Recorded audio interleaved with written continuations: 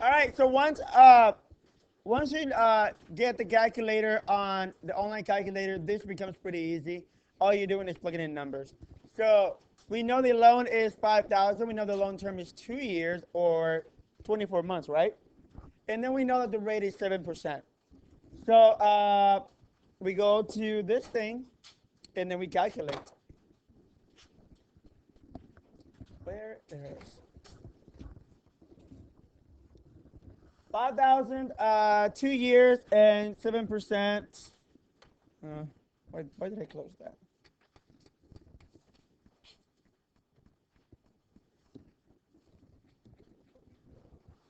I know. I'm trying to put a valid number. 7%. And then we calculate it, and we get 223 and 86 cents. Is that what you got? Yeah. It was fairly easy. So the monthly payments are then 223 and what? 86 cents, right? So what is the total repayment then? What do you do to figure it out?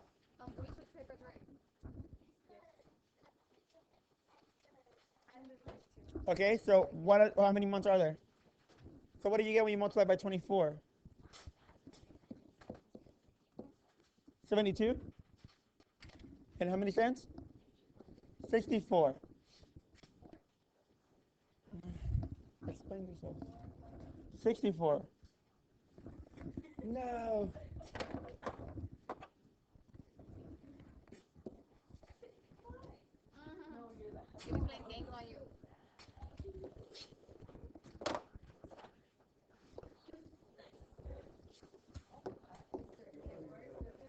It killed it. I don't want to do it again. Hey, quiet. I have to do it again. Stupid thing.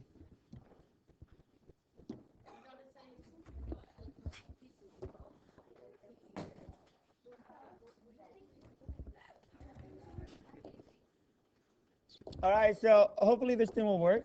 223. And then the payment was. So to get the interest, all you have to do is subtract the extra amount from, well, that amount from the loan amount, right? And it gives you, I am recording, thank you. And it gives you only 372 and 64 cents, right? So it's not so bad when you think about it. For 2 years, you only pay that much interest. It's pretty low. The loan amount for the next one is $5,000, which is the same one. The term is the same, but the interest rate is 21%. Oh no, not in pre-AP. Come on.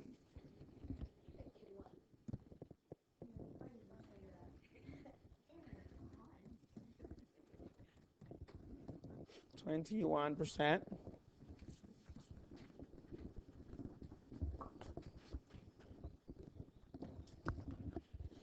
And we get monthly payments of 256 and 93 cents. 256.93.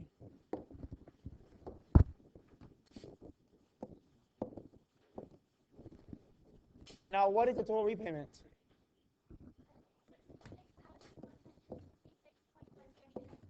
32? So this one, as you can tell, even without calculating, it's going to be a lot more in interest, right? The higher the interest, the higher, obviously, the more money you have to pay for borrowing this thing. So it'll be 1,166 and 32 cents. What do you think makes the interest go higher? Well, obviously the rate, but why? What do you think that some people get a different rate than others? Yes. No, they'll probably give it to you.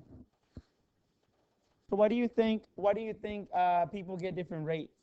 Because, for example, I can go get a car and they'll give me one rate, and somebody else can go and get the same car and they'll get a different rate. What?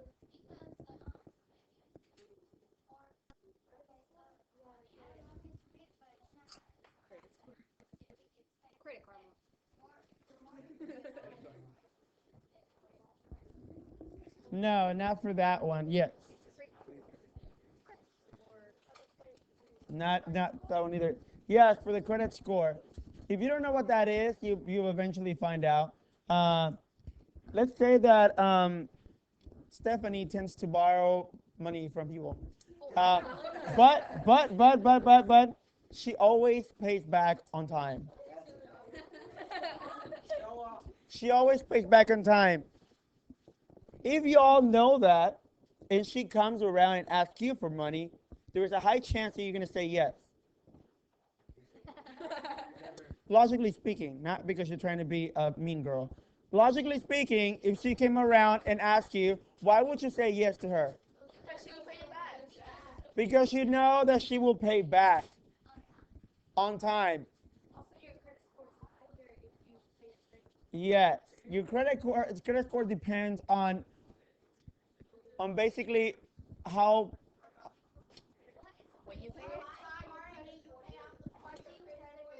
I'm trying to explain this in kids' terms.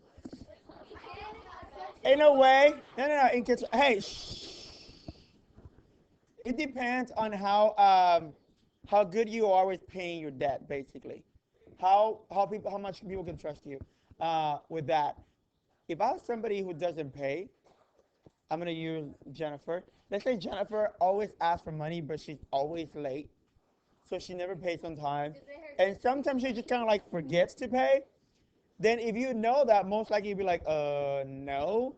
Or you might say, fine, I'll lend you money, but I need something to hold until you give me that money back.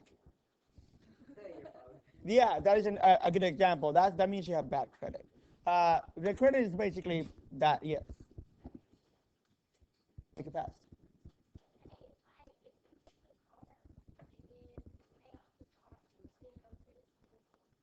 Yeah, it'll be good. However, if you get that car, even if you pay it off, but you're always late on the payment, that's not good. And your credit score does not depend only on those things. It depends your overall purchases. Every time you go buy something that it requires a loan or something like that, like financing, where you pay every month per se, um, those things stay on your record. Your credit score goes down. Yes, Emily. That has nothing to do with it. No, no. It's with the insurance, but not credit score.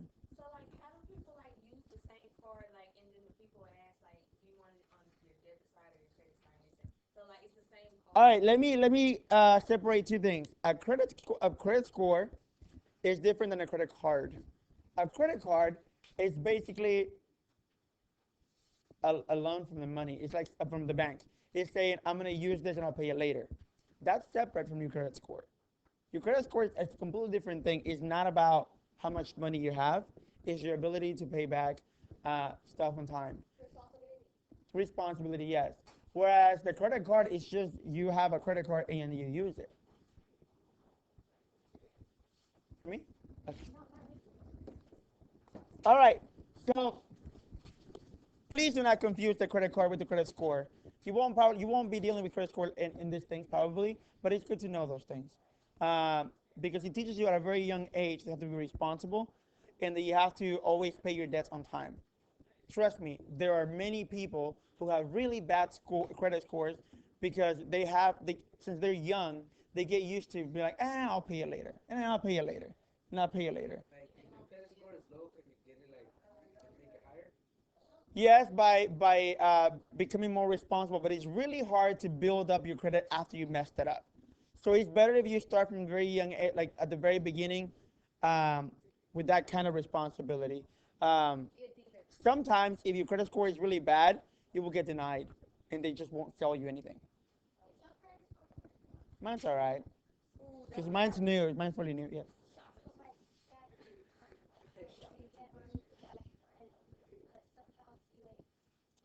You can still buy it. I'll tell you what. Sometimes, even if you have bad credit, you can still buy stuff. But this happens. This is exactly what happens. Instead of getting the 7% rate that someone with average score gets, you get a really high interest rate because of your credit score. You pay more because they really don't trust you that much. that you can pay back on time. No, no, no, no. It's how your history on paying on time. That's what it looks like. You now it's not the amount of money. It has nothing to do with money. It's just your history of paying things on time. Yes.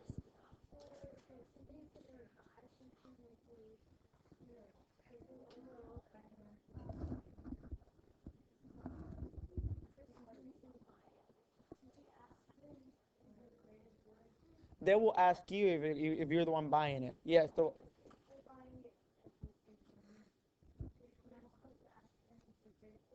well, generally for these kind of things, for financing purposes, the banks will look at your credit before they give you anything. That's just how it works. Off of you, well, if you're buying if they're paying cash, you don't have to ask anything. They're giving you the whole money. But if you're doing it in payments, yes, you need to, because you want to make sure that they're going to pay you for the car, right? All right, moving on. Otherwise, we're never going to finish this part. Um, How much money can you have in cash? a lot, as much as you have. Yeah. Your credit go down whenever you didn't get paid.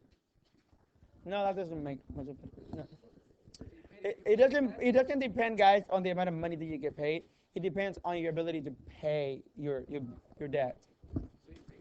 So yeah, like on my car, for example, is an automatic pay, so that I don't have to deal with that. It just takes it out of my account every single month. One All right. pair. What was the other one? For what? I know this is off topic. I know this is off topic, but what is the best thing? All right. On this one, I'm gonna write down just the interest rate and at the ending balance, and everything else, I'll assume you did it right, because if you have those things, then by definition you did everything else right. So for this one, it's 124.86, 169.86, 216.65, 260, 265, 32, and then 315.93, 368, 57, round, uh, 423, 31, and last 480, 24. And you should have gotten at the end right here 12, 486, 34. That's it. Again, I'm ignoring everything else because by definition you got all of them right, if you did it correctly. So that means you earned about 2,460, 83, 86, and 34 cents in interest. That's it. Yeah, that is good. As you notice, this one grows a lot faster than simple interest. Simple interest grows at the same rate, and it doesn't change very much. What was the other one?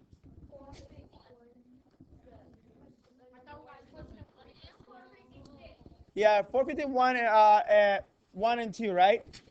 So on that one, at the beginning I misread it in my first period, and then I realized that what it was asking.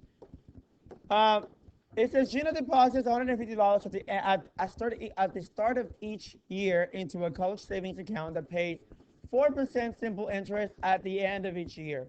She does not deposit the interest she earns each year. That means she's keeping it. She's saving it. How much total interest will Gina earn on her deposit through the end of the fifth year?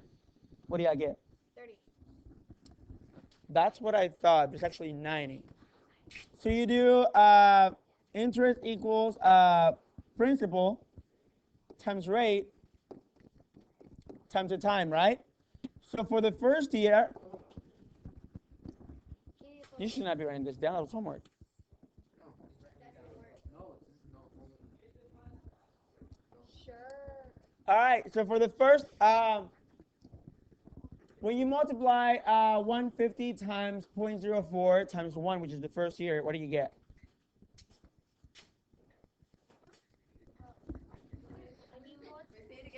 Did anybody get 90? Okay. What did you do?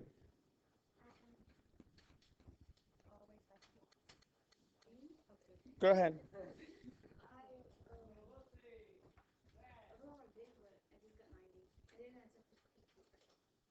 Okay, so basically you have to find the rate for 1 year, for the second year, for the third year, for the fourth year, and the fifth year. So in the first year, you earn $6 because you multiply 150 times 0.04 times 1, you get $6. On the second year, you earn 12. On the third year, you earn 18. On the fourth year, you earn 24. And on the fifth year, you earn 30. Well, they're not asking you what you earned on the fifth year. They're asking you the total amount of interest you earned. So all of it. And when you add it, you get 90. I know that's exactly what I thought too. But it actually means the total interest. Total, the entire. So you add them all up. The what? Of course. But you can't give us some slack. No. They're not going to give you slack on the star. The next one. Frodo. I know. No, Frodo. Frodo deposits $75 each year in an account that earning 3% interest compounded annually. If it deposits an additional $75 per year and does not make any withdrawals, how much interest will the account earn in the fourth year? Well, that's a lot of work, but it's 941. 941. And for that, you can go back and use our example for compounded interest. Where'd it go? Not that one. That one. And you can do it one by one and see how it goes. You have to create a table, guys. Otherwise, you won't be able to figure it out.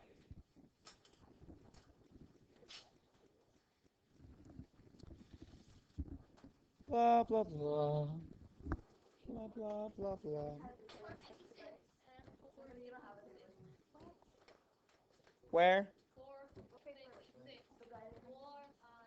Here? Okay. Tom has $524 in savings. His car needs new tires. Tom bought new racing tires for his car for $1,400 with his credit card. Was Tom's decision financially responsible or irresponsible? Why?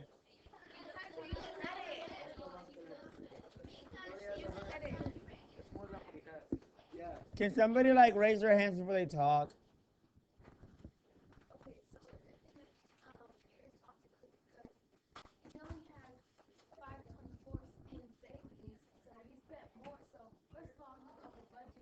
Yes. Thank you for using those terms. So yes, he only has $524 in savings, and he spent $1,400. So he's going over budget. He doesn't have enough money for that, and now he's in debt because he doesn't have enough to pay for it, right? So yes, that was a horrible decision. What could have Tom done differently? Raise your hand. Well, the credit card is already a loan. Yes. Exactly. He could have bought regular tires or or less expensive tires, right? Or regular tires. That's what she just said. Well, sometimes you need them.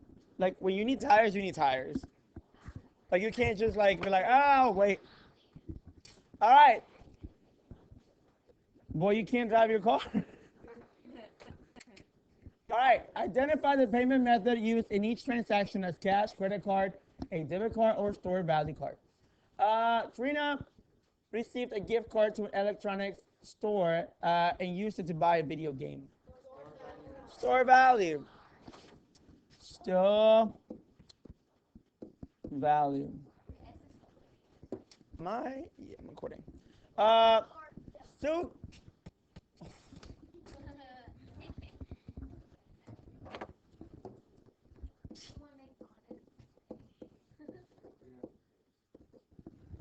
The next one, Sue gives $5 to a street vendor for a necklace. Duh.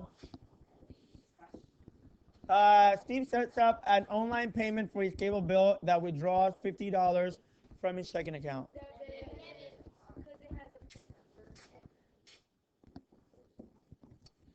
You don't know that he has a PIN number. The keyword is that it's a checking account.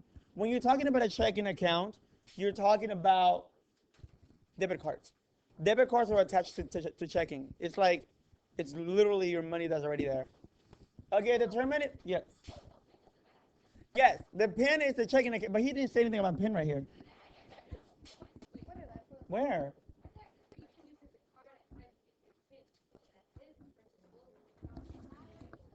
Why does it use Yeah, ours is different. Oh, well, yeah, mine's different. But yeah, if he does type in his PIN, then yes, it has to be a debit. Yes. Number 4, yes. Is he responsible or not?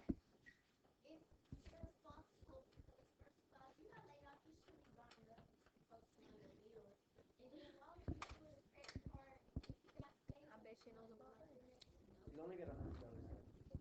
Yes, that's exactly right. Go ahead.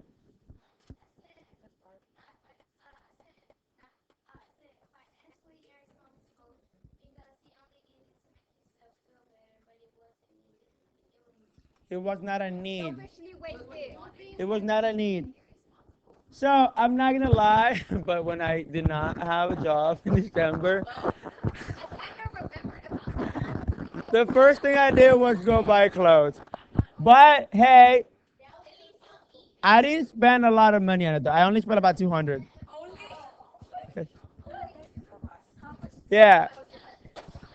Hey, so you know that this was a horrible idea because he had just lost a job. He only had 750 in his savings, and he spent almost that much on credit. That's not good. Yeah. Hang on. Go ahead. Why is it financially responsible?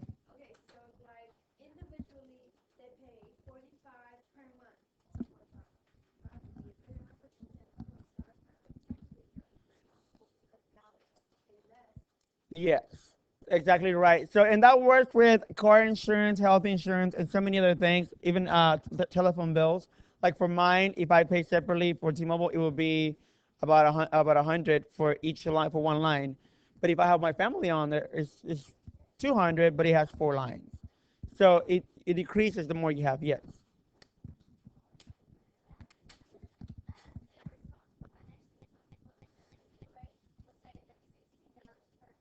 exactly. Yes.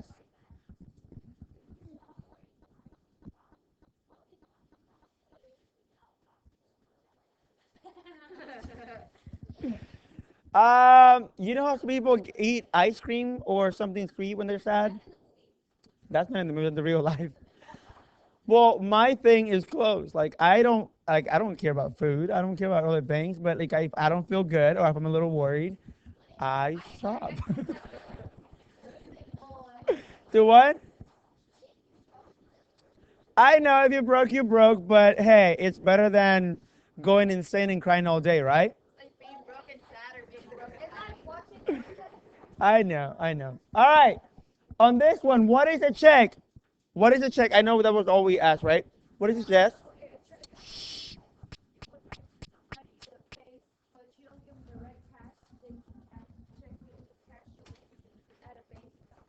You can share the bank yet? Guys, I cannot hear her.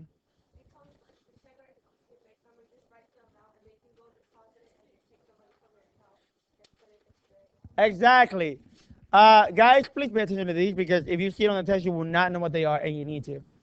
A check is basically money, your money, that you're saying it's like an IOU.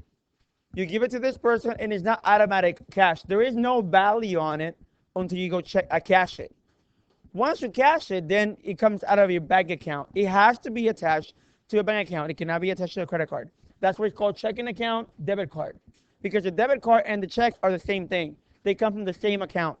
So, for example, if I'm going to pay rent, I can write a check and say, okay, well, I'm going to put the rent money here and this is it, and I I give it to them. They can cash it a week later, a month later, it's fine. The problem is that I have to have money in there in order for that check to work. Otherwise, it's going to bounce. That means you get rejected, and then you get fees for having a rejected check. Yes, because you cannot give a check. You cannot write a check to somebody and not have money. That becomes fraud. That means you're writing checks and buying stuff, and you actually don't have any money. No, they don't want to do that because if you're the store owner, you end up with nothing. Somebody just cheated you. You don't want that, do you? No, like I said, if the check has no funds, if the checking account has no funds, then the check doesn't work.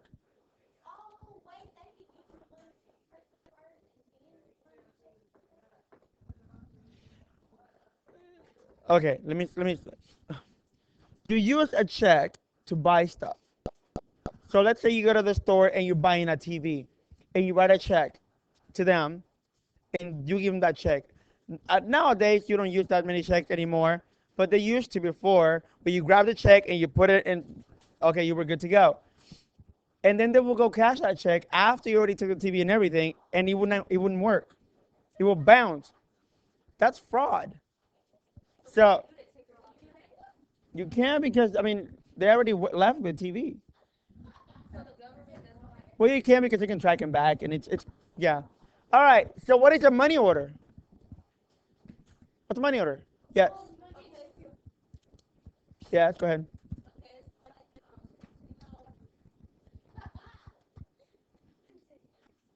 Can you let her talk, please? Rude.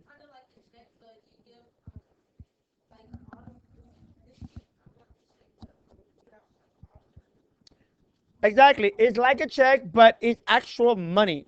In other words, you cannot get a money order without paying for it.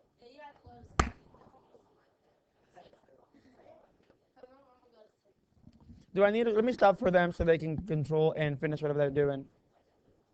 Are you done? Yeah, you can go to a lot of places and get them.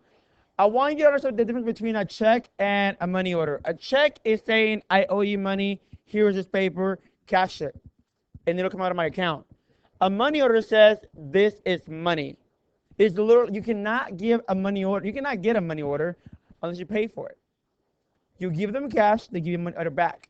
So as soon as you get the money order, you can cash it at any point, and it's real cash. It will not bounce because the actual money order itself is money. Yes, and then you can use it for anything you want.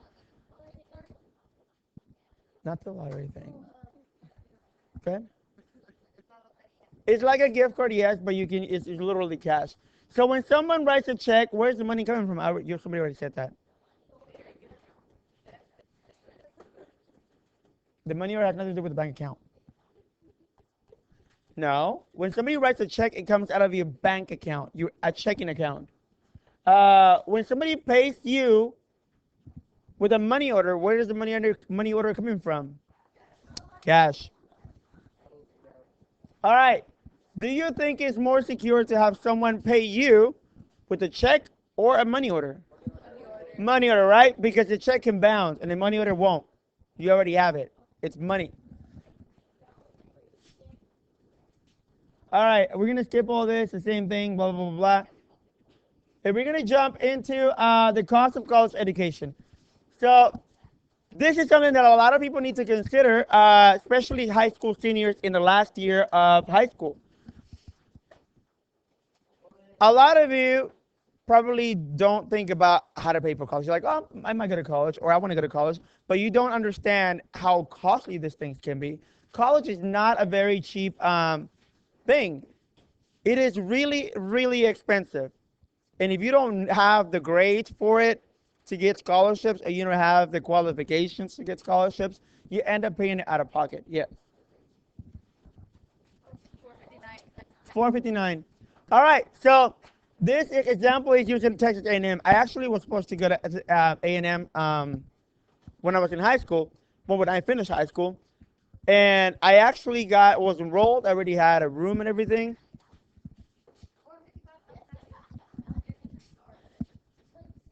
And basically I was already there. I visited the campus. I was ready to go. It was just like about a month before starting school. And then when I got there, I realized that I did not actually have a way to pay for it. Like they will admit you, and then after they admit you, you have to figure out how to pay for college. So I didn't know that. I was like, okay, well, I'm going to A&M. And then I get there, and it's like, okay, well, how are you going to pay for it? I was like, I don't know. And then at that time, I was not legally here, but I'm also not a U.S. citizen. So that makes a huge difference. So those of you who were born here, you have a lot more options because you can ask for a loan, a federal loan. You can ask for, or you actually qualify for other scholarships just for being Hispanic or African American or being from a lower income place. But for those of us who were not born here, you were illegally here, out of all the scholarships and financial things available, we only got about less than 3%. So even though my grades were really good, I graduated in the top 10% of my class, and I basically got admitted into every university in Texas. That didn't make much of a difference.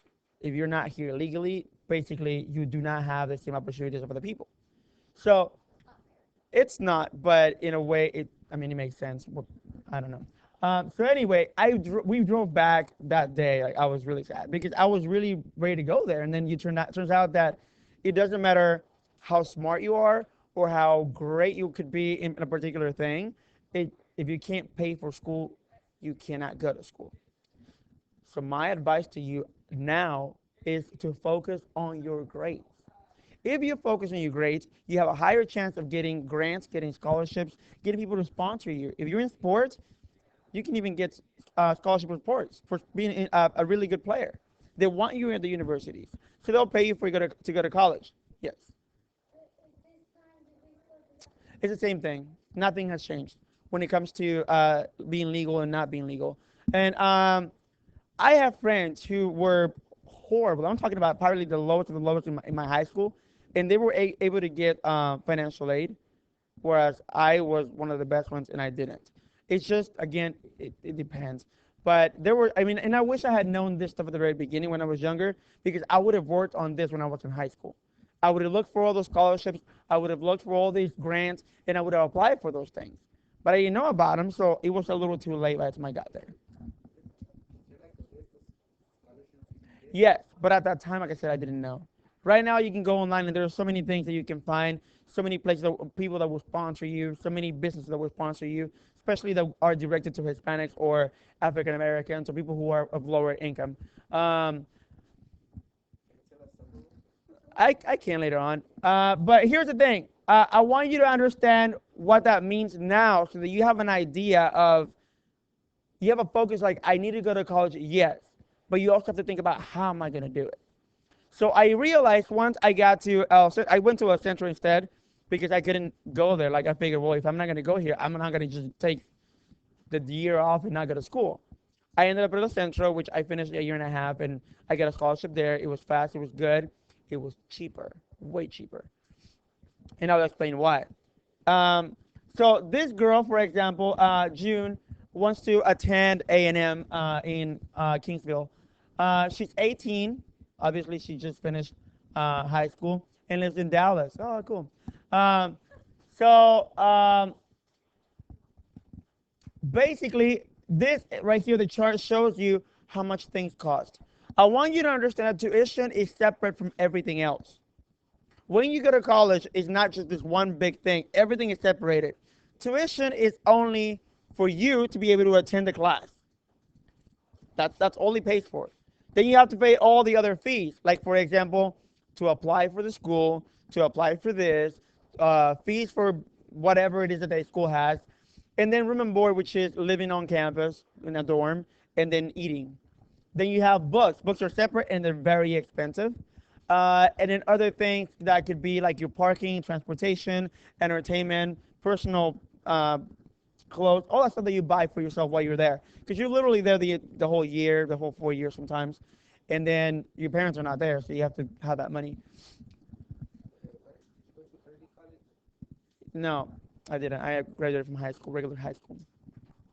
So for example, right here, for 1 year is this much. 1 year will cost you $20,000. That's a lot of money for 1 year. And you're going there for 4 years. So when you multiply it, you have a total of $81,000. That is a lot of money. You could, yes. So when you think about those things, the first thing that comes to mind is like, how am I going to pay for all that? And the first thing that kids go, well, I'm going to ask for a loan. And people will give you loans to go to college, believe it or not, with a really high rate. That means that when you finish college, you have to pay it back, all of it, with a really high rate, which is basically will turn that probably into about close to 100,000. Sometimes more if you don't pay it on time or the rate is too high. So we're going to figure out how to pay for her education, basically, if she has any deductions. So let's pretend. Oh, that's going to be, by the way, hang on, let me stop on this one. This is going to be your homework. The next page. The one that says your turn, the whole thing. Yeah.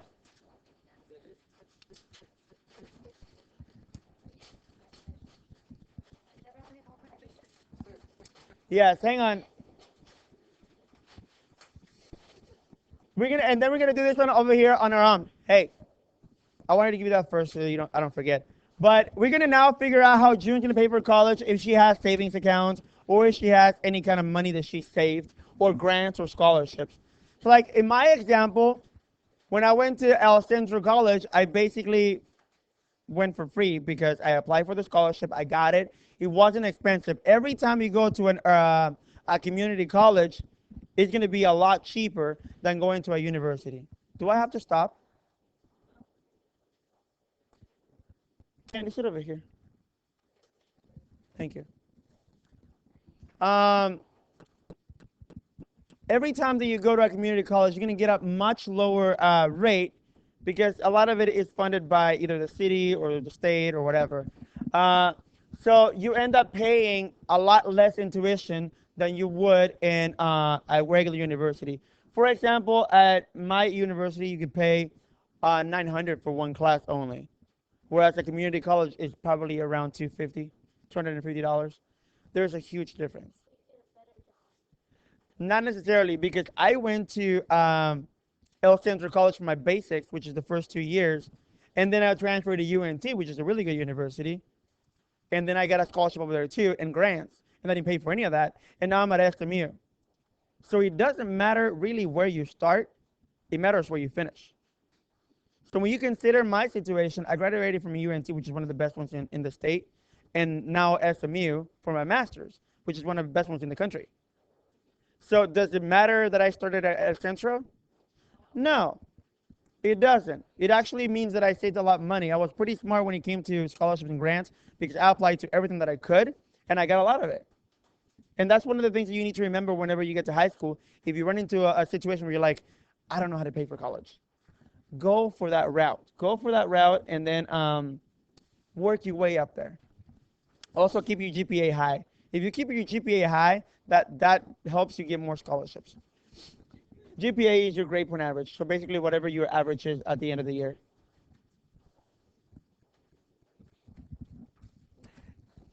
Anything above a 3.5 is good. Also, if you get in honor societies in high school, I advise you to do that. An honor society, the National Honor Society, basically it keeps you on the high ranking the whole time. And once you get to college, you can still continue it. It's a really good thing. All right. Anyway, so let's go over this one. June received a scholarship and has been awarded $2,000 each year. Most scholarships are around that time, but around that amount. But some of them are a lot more not expensive, but they're bigger, so they help you pay for more. If she's getting that every year, how much money will she get the whole 4 years? 8,000, right?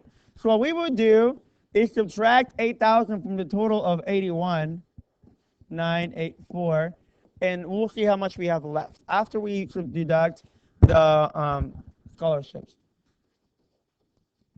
Maybe 984, right? And for the next one, her father put aside $11,000 for college expenses. Um, then we get, subtract that, 4, 8, 9. We have 62,000 to pay left, right?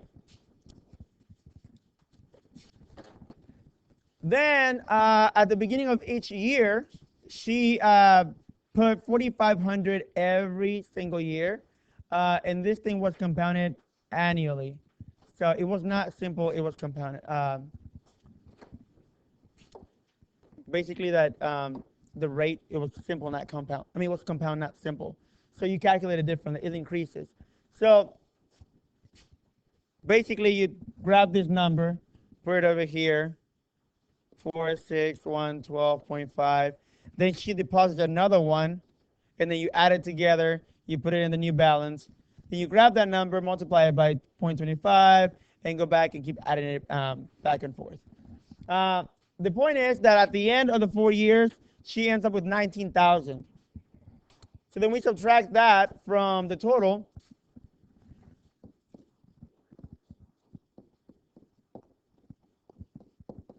And whatever you get here, that's how much money she has left to pay for her college. So go ahead and subtract on your calculators.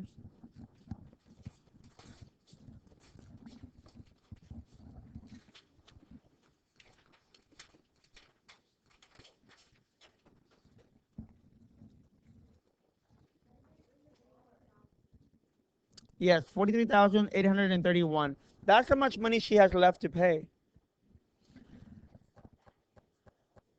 It's not bad. It's half of it, right? So whenever they say her father put aside 11,000, um, many people don't actually do this. But I would suggest that you mention this to your parents at this age, because the earlier you start saving, the more money you'll have. If you really know that you're going to go to college and you want to go to college, talk to your parents about it. Hey, like mom, dad, would it be possible for you for us to save like $100 a month for my college fund? Maybe 50. You start little by little. Once you get to high school, you might get a part-time job and start saving that money, and put it in a savings account that has an interest in it. Let it grow. It grows on its own. By the time you finish high school, I promise you that you will have some money saved, and you will not be in a bad situation where you don't know what to do. So I know this is going to sound funny for those of you who are Hispanic. Uh, in the Hispanic culture, we know that when you get married, the man's parents pay for the wedding. Generally, unless you get all kinds of padrinos for everything and they pay it for you. But generally, the man's parents pay for the wedding. In the American culture, mostly Anglo, is the opposite. The bride's parents pay for the wedding. So they have basically a little thing about parents usually, if you have a girl, they always say, well, there goes your savings because you have to save for the girl whenever she gets married, and it's a lot of money.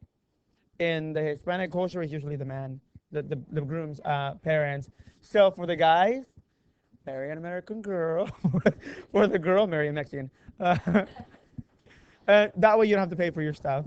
But that is a good example, basically, of how it works for the college things. You want to start saving your money at the very beginning once you're younger. So by the time you get to high, and it sounds like high school is like so far. It's not. It's only 6 years from now. 6 years? No, 5 years actually. You have 4 years of high school and then 1 year of here. But because this class is pre-AP, I promise you that the majority of you will only have probably 3 years. Well, because it brings it down. So basically, if you go to an early college, when you finish high school, you already finished the first 2 years of college. That means you only have 2 years left of university. I'm sorry? Yes. So somebody asked me that, where do I go so I can accelerate? Go to Townview Center. We have the two of the best schools in the country, the TAC school and the STEM school, number 1 and number 7 in the whole country. Yes. So for the last 2 years, you only pay half of the total 4 years. No, for the last two. What do you mean? Like, there's a total price. Let's say, like here it's 81,000. If you only have 2 years left, you Should have paid half. Yeah, that's it. You end up paying only half the tuition, And you keep. but you can get scholarship and not pay anything at all. And they give a scholarship. Like, if you only go 2 years, can you keep the rest of the money? So, yeah, sometimes they give you the scholarship as a check. Sometimes it goes directly to the pay. All right, that was all for today. Good class today.